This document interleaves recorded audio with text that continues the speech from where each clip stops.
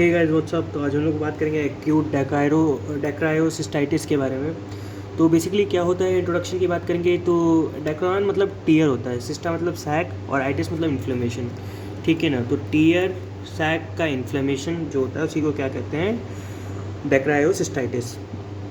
ठीक है। Dacryocystitis is a infection और inflammation of the lacrimal sac. ये क्या है, इन्फेक्शन है या एक इन्फ्लेमेशन है एक प्रकार का लैक्राइमल सैक का, secondary to obstruction of nasolacrimal duct at the junction of nasolacrimal sac. ठीक है। तो बेसिकली क्या होता है, इन्फेक्शन और इन्फ्लेमेशन है लैक्राइमल सैक का, और ये किसके कारण से होता है, secondary to the obstruction of nasolacrimal duct. ठीक है, नेजोलैक्राइमल डक्ट का ऑब्स्ट्रक्शन हो गया तो उसके सेकेंडरी में ये आ जाता है। ठीक है, इन्फेक्शन या इन्फ्लेमेशन ऑफ लैक्राइमल सैक। ठीक है, at the junction of nasolacrimal sac. ठीक। Acute dacryocystitis is acute suppurative inflammation, ये एक्यूट सुपरेटिव इन्फ्लेमेशन है of the lacrimal sac, characterise by presence of painful swelling in the region of the sac. ठीक है, painful swelling हो जाएगी at the region of sac, जहाँ पे sac है। Aetiology क्या हो गया, acute exacerbation of chronic dacryocystitis, acute exacerbation हो गया क्रोनिक डैक्रायोसिस्टाइटिस का, right. Due to direct involvement from neighbouring, ये हो सकता है due to direct involvement from neighbouring infected structures like PNS, surrounding bones, dental abscess, caries, teeth, upper jaw. ये surrounding infection से, infected structure से हो सकता है, जैसे कि पीएनएस से हो सकता है, डायरेक्ट इन्वॉल्वमेंट जिसका हो जाए, direct due to direct involvement of PNS, surrounding bones, कुछ बोन्स इन्वॉल्व कर ले, ये डेंटल एब्सेस हो जाए बंदे को, किसी बंदे को डेंटल एब्सेस है उसके कारण से कैरीज हो जाए टीथ में, अपर जॉ में, तो ये सब के कारण से हो सकता है। पॉजिटिव ऑर्गेनिजम्स क्या क्या होंगे, स्ट्रेप्टोकोकस, हिमोलाइटिकस, न्यूमोकोकस, स्टेफाइलोकोकस हो सकता है पॉजिटिव ऑर्गेनिज्म। क्या हो सकता है, स्ट्रेप्टोकोकस, हिमोलाइटिकस, स्टेफाइलोकोकस, न्यूमोकोकस हो सकता है। लैक्राइमल एब्सेस में भी due to suppuration starting in the pericystitic tissues. Lacrimal abscess जो हो सकता है ये सुपरेशन के कारण से हो सकता है, starting in the pericystitic tissue. ठीक है ना।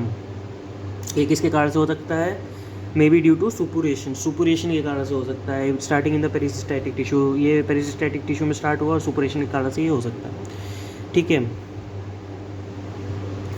ठीक है, पेरिसिस्टाइटिक लैक्राइमल एब्सेस पे एक क्वेश्चन आ जाए ना तो ये लिखने ना कि स्टार्टिंग ये कहाँ से होता है, पेरिसिस्टाइटिक टिश्यू से स्टार्ट होता है। ठीक है, लैक्राइमल एब्सेस के ऊपर क्वेश्चन आएगा। ठीक है, तो एक्यूट डैक्रोसिस्टाइटिस लिख लेना। ठीक है ना। तो पेरिसिस्टाइटिक टिश्यू में अगर वहाँ पे भी कोई दिक्कत हो तो लैक्राइमल एब्सेस, वो शॉर्ट नोट आता है। ठीक है ना। तो बेसिकली यही लिखना है आपको। ठीक। क्लिनिकल फीचर्स में क्या है, स्टेज ऑफ सेलुलाइटिस होगा, painful swelling in the lacrimal sac, before fever and मलेज।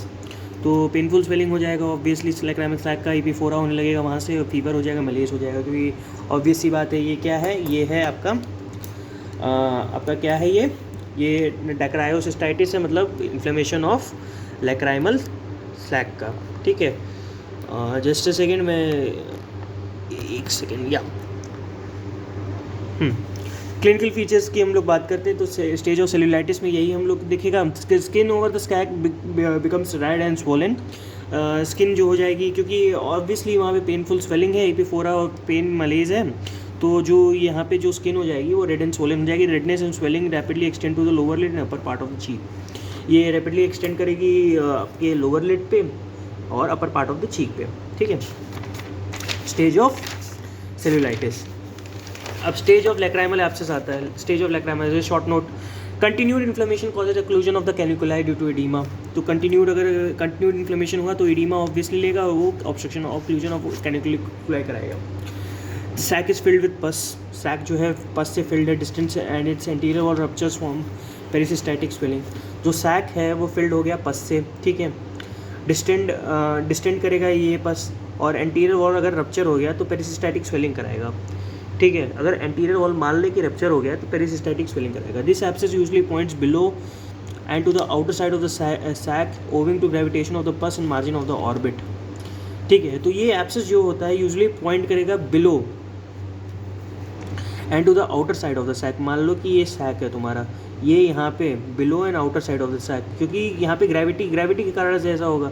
Owing to the gravitation of the pus to the margin of orbit, ये मार्जिन ऑफ ऑर्बिट है तो यहीं पे होगा, क्योंकि ओविंग, ये मार्जिन ऑफ ऑर्बिट है, मार्जिन ऑफ ऑर्बिट, तो ये ग्रेविटी है, तो ग्रेविटी अपना काम कहाँ दिखाएगी, इधर ही दिखाएगी, मार्जिन ऑफ ऑर्बिट पे। ठीक है ना। Below and outer side of the sac, ये पॉइंट इधर करेगा to the margin of orbit, right. ये हो गया आपका stage of fistula formation, stage of fistula formation, lacrimal abscess is left in unattended may burst spontaneously. अगर lacrimal abscess जो है अगर अनअटेंडेड हमने छोड़ दिया तो ये बर्स्ट कर जाएगा स्पॉन्टेनियसली, और पस continues to be discharge from sometimes and permanent fistula is likely to result. तो पस कुछ दिनों तक वही डिस्चार्ज करेगा फॉर सम टाइम, और परमानेंट हो सकता है वो परमानेंट फिस्टुला बना ले, ठीक है ना। तो 3 स्टेज होते हैं, stage of cellulitis, stage of lacrimal abscess, stage of fistula formation. Complications में क्या क्या है, एक्यूट कंजक्टिवाइटिस हो सकता है, कॉर्नियल एब्रेशन हो सकता है, corneal ulceration, lid abscess, osteomyelitis of lacrimal bone, orbital cellulitis, facial cellulitis, acute ethmoiditis, cavernous sinus thrombosis, generalised septicaemia, ठीक है। तो कुछ ऐसा मतलब मैं कहूँ कि मतलब आपको मतलब इसमें समझने वाली चीज़ तो है नहीं, क्योंकि यार कहीं भी ऑब्वियसली वो जा सकता है। तो एक 3-4 चीज़ें याद रखोगे, यानी एक्यूट कंजक्टिवाइटिस, कॉर्नियल अल्सरेशन करा सकता है, और मान लें कि ऑर्बिटल सेलुलाइटिस करा सकता है, फेशियल सेलुलाइटिस, इतना अगर याद कर लिया तो बहुत है, ठीक है ना। ट्रीटमेंट क्या है, treatment during cellulitis stage, oral during cellulitis stage में क्या कर सकते हो कि बंदे को बोलो आप ओरल या टॉपिकल एंटीबायोटिक ड्रग खाइए, हॉट फर्मेंटेशन करवाइए इस चीज़ का, ठीक है। और क्या कर सकते हो कि मतलब during the stage of lacrimal abscess के स्टेज में abscess is pointing under the skin, a small incision should be given, एक छोटा सा इंसिजन दे दो, the pus should be gently squeezed out and then antibiotic dressing should be applied, ठीक है ना। तो एक स्मॉल इंसिजन दे दो पस अंडर द, मतलब कि जहाँ पे वो अंडर स्किन जो है पॉइंट कर रहा है,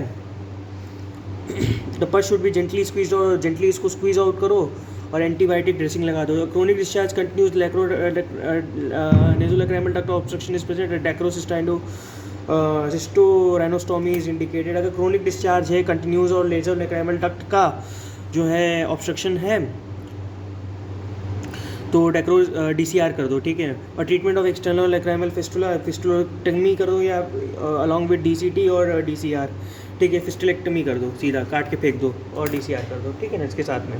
तो ये बात रही है कुछ आपकी एक्यूट डेक्राइरोसिस्टाइटिस की। उम्मीद है आपको समझ में आएगा। मिलते हैं आपसे नेक्स्ट वीडियो में, तब तक के लिए बाय।